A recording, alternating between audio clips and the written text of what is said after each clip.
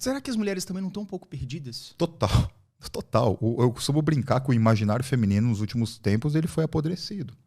Por influências, vou citar o nome aqui dessas mulheres que estão influenciando outras mulheres, que estão jogando elas num limbo e que elas se perdem por completamente, são influenciadoras, são ideologias que jogam elas num limbo em que elas se perdem, elas se desconectam, né, desse feminino e elas passam a entrar numa espécie de guerra e competir com os homens quando não tem necessidade nenhuma de competir.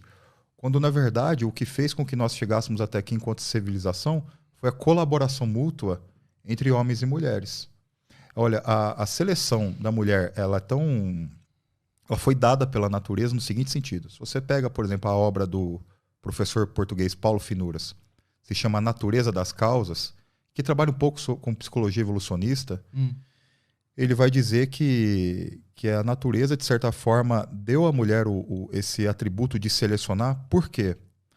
Porque o fim, ele entende lá, os evolucionistas, que o fim de um casal é a reprodução. Para ele, né? O fim de um casal ficar junto é a continuidade da espécie.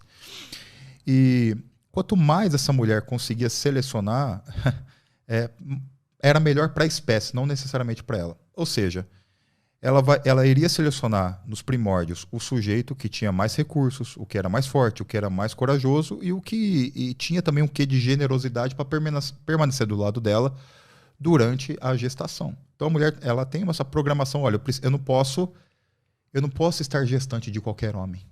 Eu preciso selecionar. Eu preciso selecionar para o cara acessar a minha intimidade, para ele ser um cara que vai estar do meu lado assumindo todo o papel e toda a responsabilidade dele. É como se o acesso ao sexo fosse uma espécie de troféu aos melhores. Mas nos primórdios era basicamente isso. Hoje, né, eu não estou aqui criticando ninguém, não é meu feitio, o acesso se tornou para quase qualquer um. Não tem filtro. E isso também modela o comportamento masculino do outro lado. Veja, o que nós homens, nossa geração nem tanto, mas do seu avô, do meu avô, por exemplo, para você ter acesso à intimidade de uma mulher, Yuri, ela tinha que se sentir protegida, respeitada e que aquilo ali seria sério, inclusive a própria família dela. O sujeito tinha ali no começo uma amizade, pedia a mão da moça em namoro, conversava com o pai dela. Ter relação íntima, provavelmente depois de um casamento, depois daquele compromisso formado que eles formariam uma família. Olha, hoje, o camarada basta ele ter um celular com um Tinder.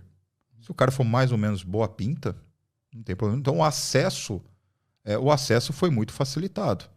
Então o cara fala, peraí, mas hoje pro cara assumir um compromisso, ele não assume só em função do sexo, porque o sexo, esse cara que tem uma beleza mediana, por assim dizer, ele vai ter em abundância, com uma mulher por dia, se ele quiser. O que vai cativar esse cara, talvez, vai ser um pensamento de ter algo um pouco mais profundo, uma conexão mais profunda, e ele provavelmente ele vai olhar muito para a personalidade e para o comportamento da mulher, assim como a mulher vai olhar para a personalidade e para o comportamento desse cara. Existe uma feminista, que uma professora minha cita ela, Louise Perry, eu não tenho certeza absoluta do nome. A professora Luciana que sempre cita ela. E ela mesma, feminista britânica, diz: essa revolução, liberação sexual, foi um tiro no pé da própria mulher. No fim das contas, essa feminista que está dizendo, ela fez essa análise e falou, peraí, esse negócio, essa super liberação sexual e tudo, não foi quem se deu bem foi os homens que querem só sexo. Facilitou. E quem se deu mal nessa, achando que se deu super bem, foram as mulheres. E você acha que, ao mesmo tempo que eu escuto, e de certa forma concordo com muitos pontos, entra outra questão que me vem à cabeça. As mulheres que estão numa vida um pouco mais liberal, elas dizem que estão, cara, estou vivendo plenamente a minha liberdade, estou feliz, estou realizada. E muitas afirmam isso, né? Cada um é cada um, obviamente, mas muitas afirmam isso. Você acredita que existe uma diferença de ponto de vista?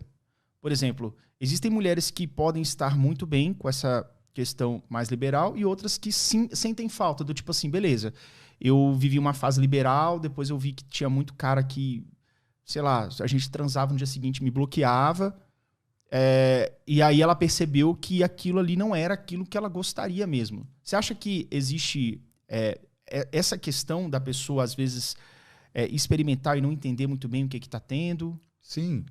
Por exemplo, se a mulher está experimentando viver dessa forma e está ok com isso, quem somos nós para julgar ou ali impor uma regra de vida para ela? O que a gente vê, de certa forma, foi isso que você falou.